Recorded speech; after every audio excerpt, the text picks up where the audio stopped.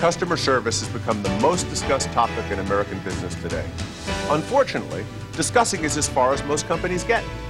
To get beyond the discussions, you have to go to the frontline workers who deliver great service every day and ask them how they do it. If you want to know how to give great customer service, find people who do it and watch them work. If you want to know how important great customer service is, find those who deliver it and measure their impact on their customers and their companies. If you want to hire great customer service providers, identify them, study them, analyze them. When one of them walks through your door, you'll recognize them instantly. If you want to keep great customer service providers in your company, you have to manage them. You have to nurture them. You have to praise them. You have to do everything and anything you must do to keep them happy. In short, identify them, find them, hire them, and if you can't hire them, learn from them.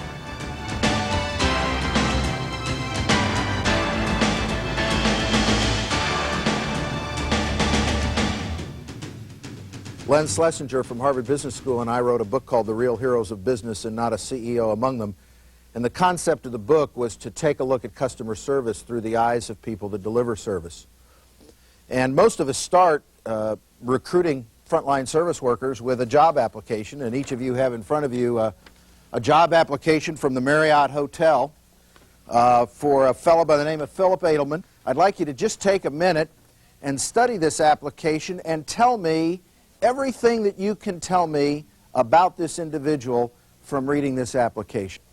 You know, you can't ask age on a job application, but anybody figure out how old he is? Well, he put the dates he attended high school on. Yeah, right. So actually, if you do the math, if he graduated when he was 18 and you do the math, he's 59 years old. Okay, so let's just think about this a minute. We got an application here for a doorman at the Marriott Hotel. Does he have any prior experience? No. So we have a fella here who has been out of work for 3.5 years, 59 years old, has no prior experience and doesn't have a clue about what he wants to do. How many of you want to hire him? Nobody wants to hire him. Okay, well, it's interesting because Len Schlesinger and I have done this seminar for over 10,000 people already, and we still haven't found anybody who wants to hire him. Let's take a minute and meet Phil Adelman. Since it's my curb, I call this my curb, I like to know what's going on. I want to check every car that's here. I don't know who they are. I want to make sure I have the keys, the cars are locked, everything is copacetic. So if you see me running to an automobile or not looking at you or looking the other way, I have to know what's happening in my space. My name is Philip Adelman with one L in Philip, and I live in Cambridge, Massachusetts. I was born in this city. I was born January 23rd, 1927. I'm 67 years of age. I know I don't look it, but I am. Do you need your glasses? Okay. You never know. They might need their glasses or their sunglasses or a briefcase. I always, if I see something in the car, I always tell them, or ask them rather, do you need your glasses or notebooks? Well, I think Phil brings an intensity to his job that is just to take care of the customer, and that's his number one focus. And it's not something that something that Phil, I think, would do no matter where he was or no matter what he's doing. He just has he's a great people person, and he focuses in on the customer. And I think he does this job because he enjoys it. I don't think he does it for the money. I think he just enjoys coming to work and enjoys taking care of the customer. Hello. I don't call it a customer. I call it a guest. Some people may call guests customers, but I look upon them as guests. I mean, we should wear a pin maybe that says, be my guest. And that's how I treat them, like if they were in my own home. However I would treat somebody in my home, that's how I treat them here. I've had times where I've actually given somebody, a guest, change so that when he gets to the Mass Pike, he has change to get through the toll. There isn't anything I wouldn't do, not only for the guests, but for the people I work for. They pay me my salary. If they said to me, and it's an old cliche, Phil, go up to the 8th floor and jump, I would go to the 8th floor and jump because I worked for this man and I put my heart and soul in it. Mr. Marriott was here a few months ago, and I greeted him and sent him in the hotel, and then when it came time to leaving, they called me over to shake Mr. Marriott's hand and you know, tell him Godspeed, go on your way. And I went over to Mr. Marriott, and I shook his hand very fast, and I said, and this is Mr. Marriott, I said, Mr. Marriott, I've got to go. I've got some guests who are waiting for their car, and I've got to load them up. And I disappeared on him. To me, my guests were more important than Mr. Marriott. No offense, Mr. Marriott, but that's me. We have tens of thousands of guests that pass through our front doors every day, and Phil treats each and every one of them like it's their first time here or it's his first time meeting them. We even have repeat customers who know him by name. We have local customers in the area that frequent our restaurants, and they know him by name. Taxi drivers, limo drivers, airport drivers, they all know Phil. And when Phil was out, we had the local Cambridge police sending him flowers to his home. So not only is he an asset to our customers, but he's also an asset to the people in the community. I refer to this hotel as my hotel. It's not my hotel, and there's no doubt about that. But it's my hotel, and that's how I treat it, and that's how I treat the people who are here, as if it were my hotel. All right, so what are the lessons that we can learn from Phil? Well, the first lesson is that these things are not a very good tool for making a selection decision. As a matter of fact, although you have legal reasons in your business to have people fill out a job application, you shouldn't do any selection on the basis of a job application. If you have 200 job apps and you only have time to interview 25 people, you might as well take them up, throw them up in the air, and take the 25 on the left side of the room and go interview them, because it's really, you just can't learn anything from this. But as we'll see as we go through this session today, the interview is critical. And the interview in hiring Phil was critical, because they certainly wouldn't have hired him from this piece of paper. There are some other lessons that we can learn from Phil. First of all, pride is the first requirement for performance. This is my curb. He has ownership. He is also an example of what we call first impression service. You know, in a service experience, there are just certain moments of truth that are critical to the success of a service experience. And if you get those moments of truth right, you almost can't mess up after that. And if you get them wrong, you almost can't recover. Your frontline service employees, if they're going to deliver great service, have to understand the operation from every angle. For example, Phil goes to the manager of the hotel one day and he says, you know, I've never been in the presidential suite. Manager says, so? He says, well, how can I check somebody into this hotel if I've never seen the presidential suite? So they're going to humor him. They take him up to the presidential suite one day when it's empty. What do they find? Well, he walks in. There's 2 suites that are identical on the top floor of the hotel.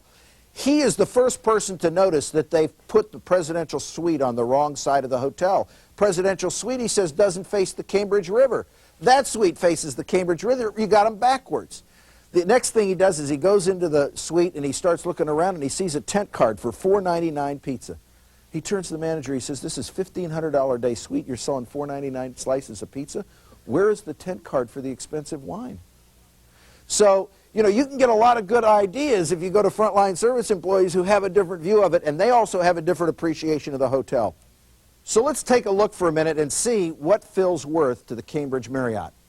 First of all, the average room sells for $130 a day, and there are 7 days a week, so we've got $910 per room potential per week. They run at a 70% occupancy rate, so that's $637. For 52 weeks is $33,124. They happen to have a 55% margin. So their margin dollars are $18,218. They have 200 rooms in that hotel, so the potential is $3.6 million of margin.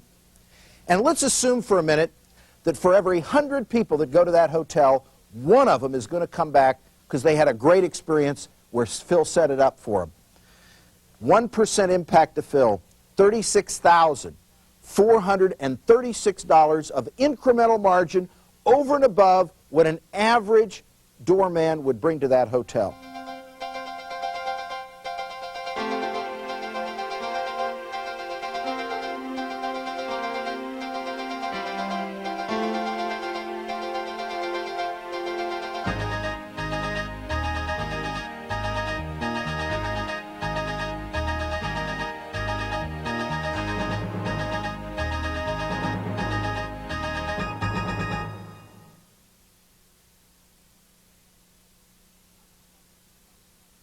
I want to talk for a minute about one of my favorite companies not in the book, which is Disney. Disney understands they're in the entertainment business. As a matter of fact, they don't have employees, they have cast members. That's right. Their employees are all called cast members, and you don't go to the HR department or the personnel department at Disney World to apply for a job. You go to a building that's called Central Casting, right? Central Casting, that's where you go. Well, what we're really looking for is that kind of philosophy, people that really believe they're in the entertainment business. And we found somebody that believes that she's in the entertainment business.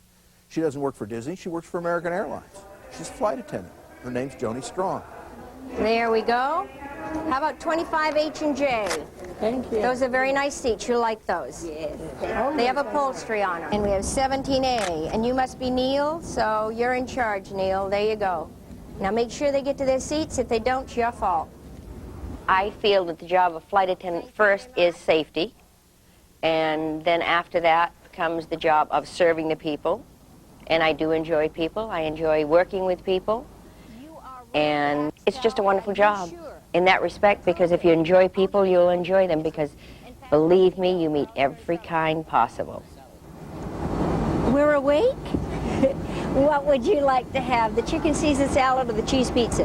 The passengers, they like her too. She's a stitch, you know. It's like some people are just so into their job and serving and doing it, and Joni kind of remembers that, you know, to talk to them and make jokes and make them laugh and do kind of funny things, crazy things. I think it's a great image for the airline to have somebody like her on the airplane working. Orange juice. Okay, I'm going to have to go to the can now. The other's gone. I got tired of squeezing orange juice this morning. I did. I worked. I was up at 3:30 getting the orange juice ready. Then I gave up when I got to here. I do not believe going right by the book, by rote, right down from top to bottom. I feel you have to deviate from that. I mean, it's just a boring trip if you just do everything by rote. Into that one. What I like about it is watching people's expressions, because they really are amazing. They beam from ear to ear. They really do. Even if they're from a foreign country and they don't speak English, you can't help but get a smile out of them. Gone. Gone, gone. Hi there. How you doing? Hi. How's it going? It's not? How come? We're near there. I find that he's sort of my alter ego. I can talk through Dudley, where there's many times that I can't talk to other people, but through Dudley he can say all kinds of things. I get away with murder with using Dudley, whereas probably if I said it myself, I probably wouldn't be here today. But through Dudley you can do all kinds of things and say all kinds of things. Did you wash your hands? Dudley, you don't ask him if he washes his hands. Of course he washed his hands. Are you sure? Yeah, I'm sure. I do love people. There are all kinds of people out there. And no matter what kind of person it is, I think that there is something that you can do for the person.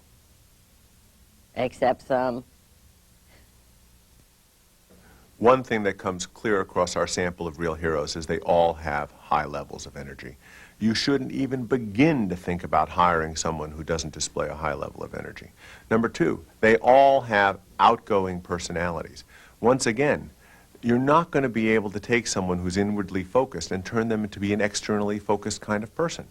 In fact, we have an expression that comes from our own research as well as the research of a number of other organizations that says, hire for personality and train for skills. Most organizations are out there hiring for skills and training for personality. You can't train someone to have an outgoing personality when they've gone through 40 years of their life being inwardly focused. There are really two groups of frontline service workers. They're the ones that most of us meet every day, and I call them service providers. And then there are a few, like the people in this book, like Joni, like every one of us have met from time to time, only they're not service providers, they're service performers. And that's really what we want to do with frontline service workers. We want to find performers instead of providers. Let me give you an example. A service provider, there's a huge difference between service performers and service providers. A service provider focuses on the transaction. They meet company standards. They do the job. They work for the money. And for these people, it's a job. On the other hand, service performers, they don't focus on the transaction. They focus on the customer. But for them, it's not the transaction. It's the person on the other side.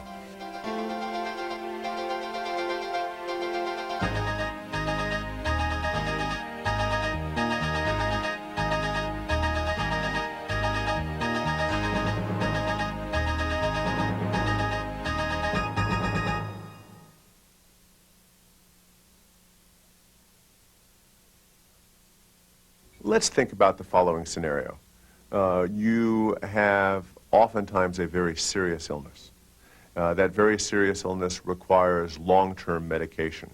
You don't understand much about your illness. You don't understand much about the medication. You certainly don't understand much about your health insurance.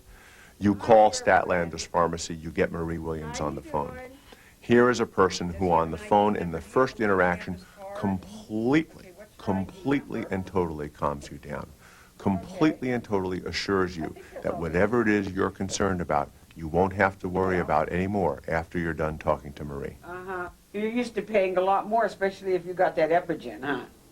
Sometimes when I got a patient, you know, they'll say, don't send me anywhere. I said, you have reached the end of the line. This is it. And no matter what it is, no matter what, I will write it down and everything. I will promise that I'll get back to them, and I really will get back to them. I mean, I'll stay late, come in on a Saturday, I don't care.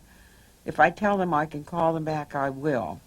She is very, very helpful, not only to our patients, but to the staffing internally.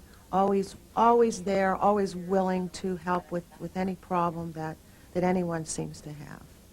She's just a wonderful type person. See, here, I have always been given the freedom to make a decision, whether it's right or wrong, whether or not we're going to let this man keep that shipment and don't worry about it, and, you know, if he doesn't have any money and he doesn't have any insurance, what are you going to do? You know, and I'll make the decision to go ahead and send it, and they may say, oh, well, that was a lot of money. They haven't done that yet. We expect them and allow them, empower them to do whatever they have to do to resolve the problems. We don't want them to have to run to a supervisor, and a supervisor have to run to a manager to make a simple decision. Make it. Do it. It's going to save us money in the long run. It's going to satisfy that patient, that customer, and that customer is going to tell, hopefully, 20 other customers, you know what, look what Statlanders did for me. Oh, you poor dear. That's one thing after another. I know, and you always say, no, it's nothing. Oh, you making I think she definitely is a hero. Not only from Statlander's standpoint, but certainly from the patients that she has serviced. She has fought and won many, many battles for our patients, from an insurance standpoint, from a delivery standpoint, from a medical standpoint, in all different areas.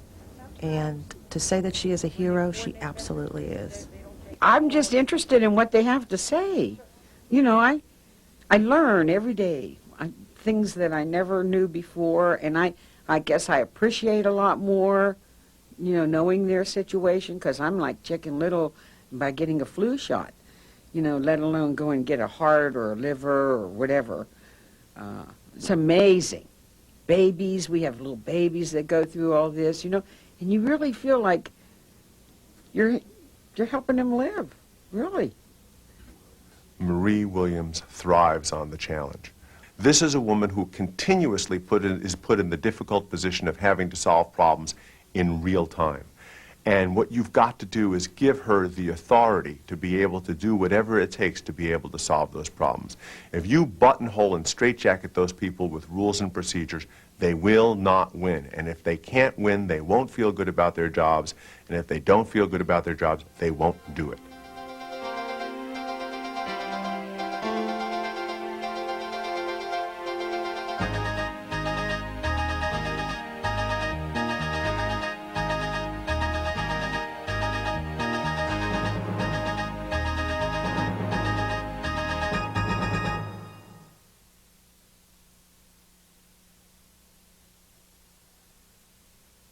I got to tell you, everybody has favorites.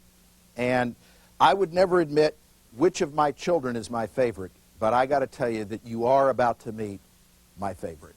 Alan Wilk is absolutely my favorite. This is an individual who has overcome all of the natural barriers to enjoying his work in New York City at night and has created a personal work environment that not only allows him to shine, but that satisfies him greatly. Right over here.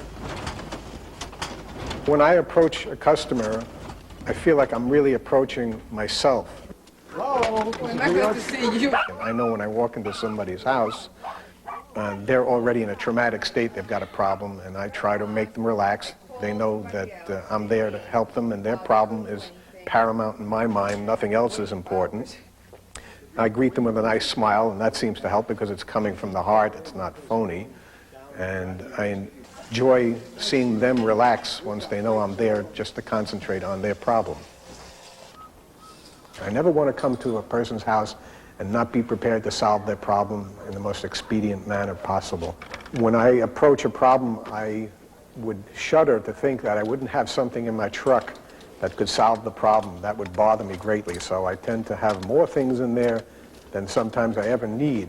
My truck, I guess, is a reflection of myself, and I think my father, too. My father was a tinkerer, and I like to find ways to do things that are a little different than what's normally done. Up here I have a map that's on a window shade. So if I'm looking for an address and I'm at a red light, I can quickly take a quick glance and get it out of the way and continue driving. Rather than drive all the way home, which is about 40 miles away, I installed a shower. So I turn this on, and there's a little pan on the floor, and I can take a quick shower.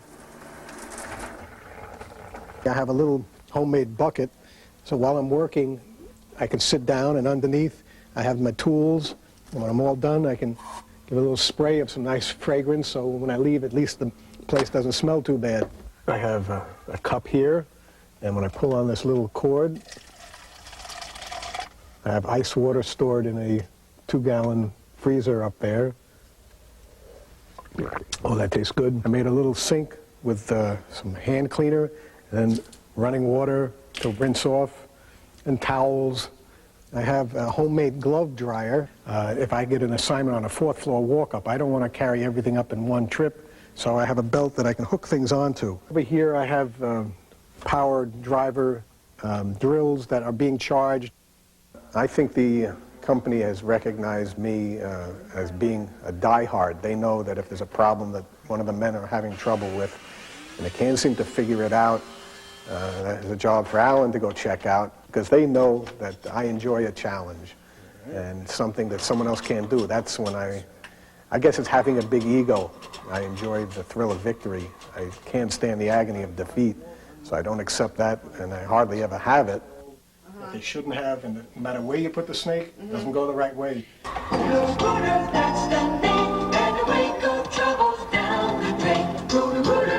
That's me. Isn't he something? Isn't he great? There are so many lessons that we can learn from Alan. And first of all, innovation and noncompliance often go hand in hand.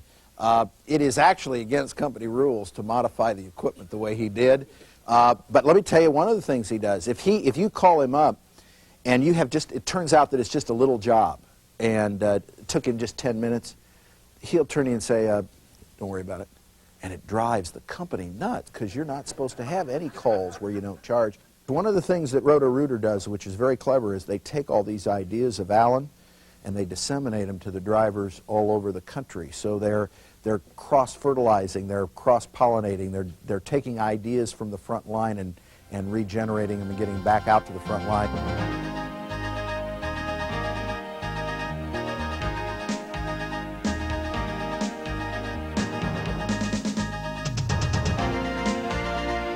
World-class service employees pay all kinds of benefits. Their performance clearly shows up on the bottom line. The most outstanding frontline service workers are so valuable to the profitability of your organization that they're worth paying more to if that's what's necessary to keep them from leaving. These people change the way we look at the world of work, the way we look at our own work, and the way we think about the people we hire. These people are a challenge and an inspiration. They set a standard that the rest of the world could aspire to.